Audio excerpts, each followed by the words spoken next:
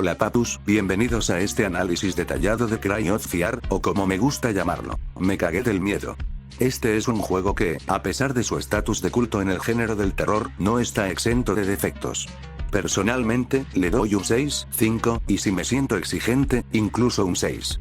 A lo largo de este y otros vídeos, vamos a desglosar cada uno de sus aspectos para entender qué hace bien y en qué falla. Pero para arrancar, antes de sumergirnos en su primer capítulo, es clave entender su historia y de dónde viene. Para hablar de Cry of Fear, primero hay que hablar de su antecesor espiritual, Afraid of Monsters.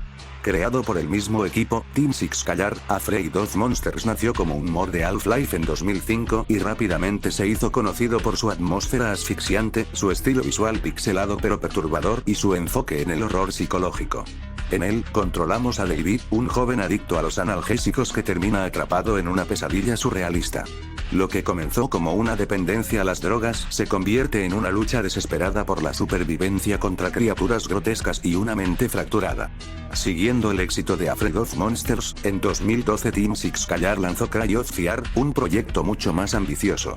Aunque también es un mod de Half-Life, se siente como un juego totalmente independiente.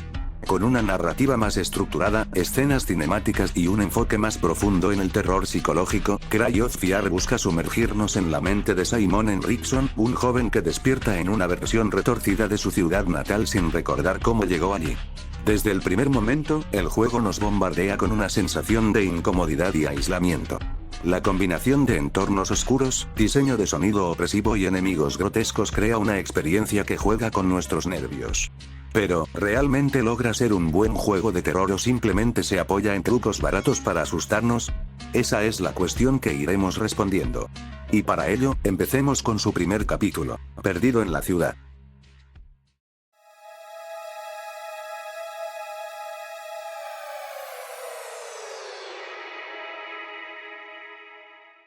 El primer capítulo de Cry of Fear comienza con una cinemática que nos introduce a Simon, el protagonista. Lo vemos caminando por la ciudad, aparentemente de regreso a su casa. Todo parece normal hasta que encuentra a un hombre en la calle, pidiendo ayuda. Simon, sin dudarlo, se acerca para auxiliarlo, pero en ese momento, un auto aparece de la nada y los atropella brutalmente, porque claro, atropellar gente en la madrugada es pan de cada día. Cuando Simon recobra la conciencia, no está en la ciudad. Se despierta en un entorno completamente oscuro, sin idea de dónde está ni cómo llegó allí. En este punto, el juego nos da el control, pero con una única herramienta, una cámara. La única forma de ver el entorno es tomando fotos, y cada destello de la cámara revela un poco más del lugar, pero también lo que acecha en las sombras. Este segmento es una clara referencia a una de mis escenas favoritas, por no decir mi favorita, del juego del miedo. En la primera película, Adam, el camarógrafo interpretado por Leigh Whannell, es secuestrado en su apartamento. Se corta la luz y la única forma que tiene de ver es con el flash de su cámara. La tensión, el sonido ambiental, el jumpscare final, todo en esa escena es aterrador, y Cry of Fear logra replicar esa misma sensación a la perfección. La combinación de oscuridad, sonidos distorsionados y la incertidumbre de qué habrá en la siguiente foto hacen que este inicio sea una de las mejores introducciones del survival horror. Después de este segmento, Simon finalmente despierta en un callejón oscuro y desconocido. Aquí comienza verdaderamente su pesadilla. Sin armas, sin explicaciones, solo con una sensación constante de peligro. La ciudad de Fabersholm, inspirada en los paisajes urbanos de Suecia, se siente vacía y opresiva. Todo indica que algo está terriblemente mal, pero Simon no tiene opción más que seguir adelante. Y con esto, arranca Cry of Fear de lleno.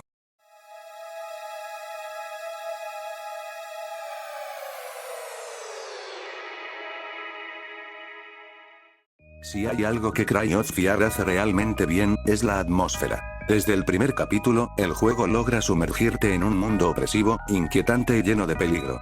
Y lo más impresionante es que estamos hablando de un título que comenzó como un simple mod de Half-Life, creado por un pequeño equipo de desarrolladores independientes.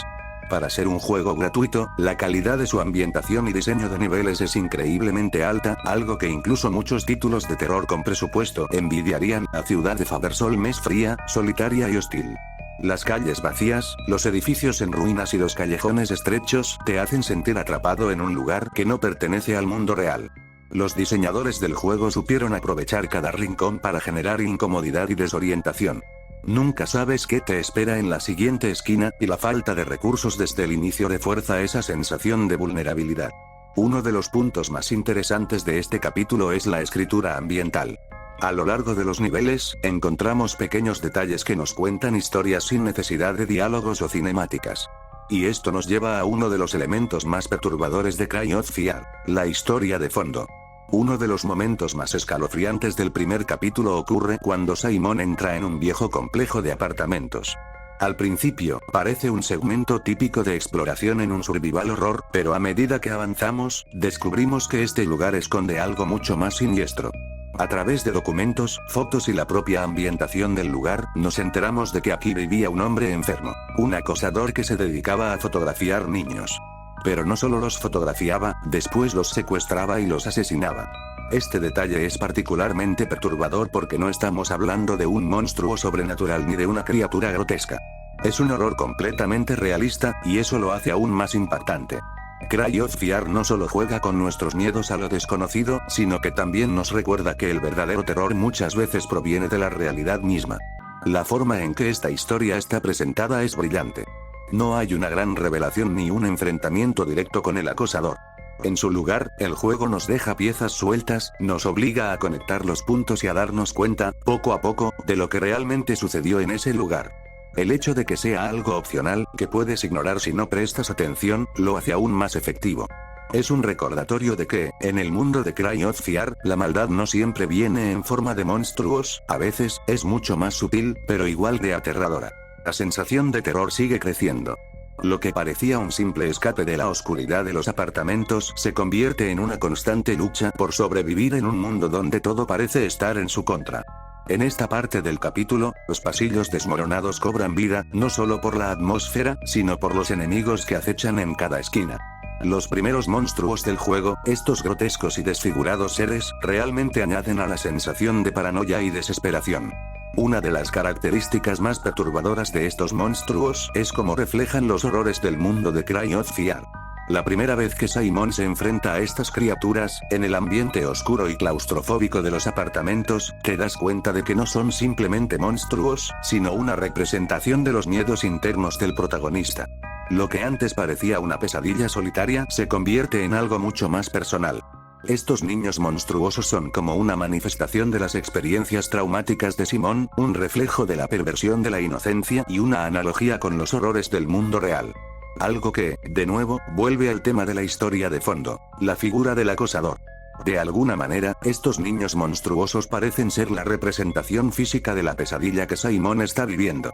Y luego llegamos a uno de los momentos más impactantes del capítulo. El primer jefe, el hombre con la motosierra. Este enemigo aparece de repente, como una especie de final de ciclo, en el que Simon ya no puede seguir corriendo.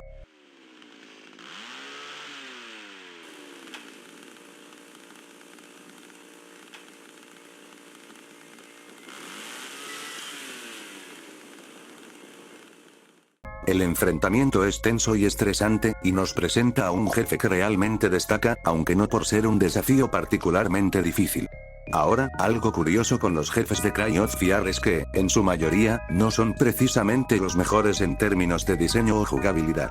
Muchos de ellos se sienten algo forzados, como si fueran añadidos para dar más sentido a la trama o para incluir algún tipo de enfrentamiento con un enemigo grande y aterrador. En este caso, el hombre con la motosierra parece ser una figura más simbólica que una amenaza realmente compleja.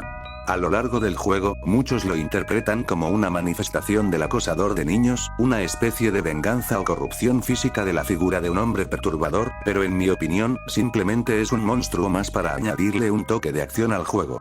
Al final, la pelea con este jefe no tiene un gran impacto en la narrativa ni mucho en la jugabilidad. Es más una forma de avanzar en la trama que una pelea realmente memorable. Para mí, este personaje no tiene un trasfondo tan profundo como algunos podrían creer. Simplemente es una herramienta dentro del juego, destinada a introducirle un nuevo nivel de horror físico en el que Simon tenga que enfrentarse, aunque no necesariamente a una amenaza tan interesante o bien construida como otros elementos del juego. En resumen, el hombre con la motosierra es una figura icónica dentro de Cry of Fear, pero no tanto por su rol en la historia, sino por cómo funciona como un obstáculo más en el camino de Simon. No es un jefe particularmente difícil, y aunque tiene una presencia inquietante, su propósito dentro del juego se siente más como una manera de meter algo de sentido a la locura que Simon está viviendo, más que una figura central en la trama. Ahora que hemos repasado la jugabilidad, la atmósfera, los monstruos y los jefes de este primer capítulo, es el momento de detenernos a explorar el simbolismo y la carga psicológica que subyace en Cry of Fear. Este capítulo no solo es un ejercicio en supervivencia y terror psicológico, sino que es un reflejo de los miedos internos de Simon, un joven que se enfrenta no solo a criaturas físicas, sino a sus propios demonios internos desde el primer momento. La atmósfera del juego establece un tono de desesperación y alienación. Simon no está solo en el mundo, pero se siente completamente aislado, como si estuviera atrapado en una pesadilla de la que no puede escapar. Y los monstruos, esos niños deformes en los apartamentos, no son solo enemigos, son un espejo de las emociones reprimidas de Simon. Son sus miedos, sus traumas. El acosador, que al principio parece ser un monstruo abstracto, se convierte en la personificación de una vida llena de abusos y horror. Es aquí donde entra el aspecto psicológico. El capítulo está cargado de simbolismo sobre la vulnerabilidad, el sufrimiento y la pérdida de la inocencia. El hecho de que los monstruos sean niños, seres que deberían ser sinónimo de pureza, da una sensación profunda de perturbación. ¿Por qué niños? Tal vez porque Simon, de alguna manera, está atrapado en una etapa infantil en su vida emocional. Las imágenes de los niños y la relación con la figura del acosador son un reflejo de los horrores que Simon ha vivido o incluso de los horrores que teme enfrentar. Un ciclo de violencia y abuso, pero en un contexto que se distorsiona a través de su percepción alterada. El hombre con la motosierra, como jefe, añade otra capa a este simbolismo. Él no es solo un asesino sin rostro, sino también un recordatorio de lo que Simon ha perdido o ha temido. El acosador, representado por este hombre monstruoso, es el último obstáculo en el primer capítulo, una manifestación física de lo que acecha en la oscuridad de la mente de Simon. Es una confrontación con sus propios miedos, aunque, como mencionamos antes, la pelea no es tan significativa como su función simbólica. En conclusión, el primer capítulo de Cry of Fear es sin duda el mejor del juego. Lo cual es bueno y malo a la vez. ¿Por qué? Porque captura la esencia del juego de manera impecable. La mezcla de terror psicológico, simbolismo y narrativa emocionalmente compleja. Pero también es negativo el hecho de que el juego no vuelve a tener este nivel de calidad y se nota demasiado el bajón a lo largo del mismo, es como si se hubieran tomado todo el tiempo en este capítulo y el resto los hicieran con el tiempo que les sobró. En este primer capítulo, nos introduce en la mente de Simon de forma directa, mostrándonos sus miedos, traumas y deseos reprimidos, mientras nos mantiene a la vez sumidos en un ambiente de constante tensión. Aunque algunos elementos del juego puedan parecer simples, en este capítulo todo funciona para crear una atmósfera única. Es un comienzo impactante que establece las bases de todo lo que está por venir. Y con esto concluimos nuestro análisis del primer capítulo de Cry of Fear. Este capítulo es fundamental no solo por ser el inicio de la historia, sino también por su capacidad para sumergirnos en la mente del protagonista y hacernos sentir una conexión con sus luchas internas. La atmósfera, los monstruos, los símbolos, todo se alinea de manera tan efectiva que es difícil no ver este capítulo como el mejor del juego. Pero esto es solo el comienzo. El juego tiene mucho más que ofrecer, y en el siguiente video exploraremos el segundo capítulo. En esa parte, veremos cómo la historia se expande, se profundiza y cómo Simon continúa enfrentándose a su realidad distorsionada. Así que asegúrate de estar preparado para el próximo análisis. Si te ha gustado este video, no olvides darle like y suscribirte para estar al tanto de todas las actualizaciones, porque si no, voy con mi coche y te atropello en medio de la noche.